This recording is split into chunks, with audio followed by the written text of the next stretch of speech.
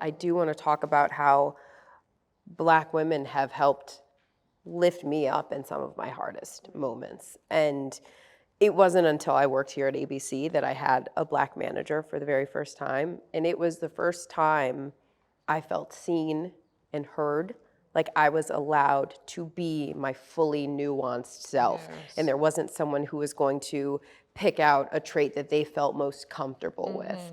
And this came on the heels, and this is a little bit uncomfortable because I am here at work. To have someone, a Black woman, who was my manager, who could be in rooms that I wasn't in, and who could speak to who I was, because she knew who I was. I could be my realest self with her, and she appreciated that.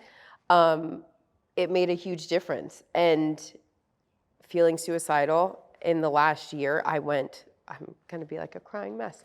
I spent a lot of time working on my mental health. And I have 2 kids. My daughter actually turns 2 today. Oh, wow. Yeah. But that means, she is a true pandemic princess. We'd been home for 6 weeks, and then she was born at home. I did home births because the challenges that Black women face just giving birth. Yes. I didn't want to die. Yes. I didn't want to have to think about that. Yeah. It took about 8, 9 months until it was like, wait a second.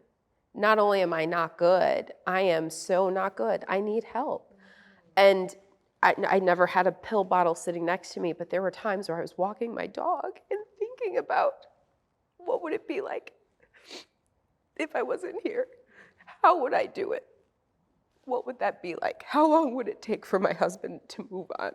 My kids are still young. Maybe they wouldn't remember me and they'd be better off.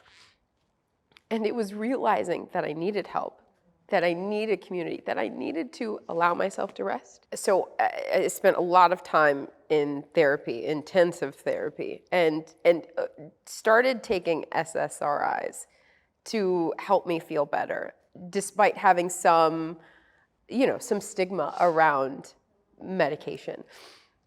And it was helping, but I've also realized that it is an ongoing thing. It's just like if you're working out, you can't just suddenly start eating donuts again, and it's fine.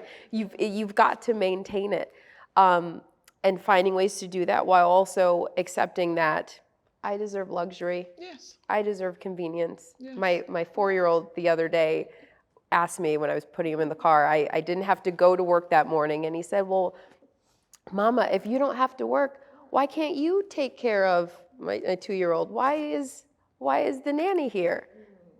I went and had lunch by myself. Love it. Yes. Because I got to relax. Yes. And I have done away with the idea, well, if I'm just sitting here, if I'm taking a nap, I should be doing something else. Yeah. For what? Yeah. For what? If I feel like I need to take a nap, that's what my body needs. And I need to listen to those needs just like I would listen to the needs of my husband or my kids or my boss, any of that. It's just as important, if not more important, because you can't pour from an empty cup.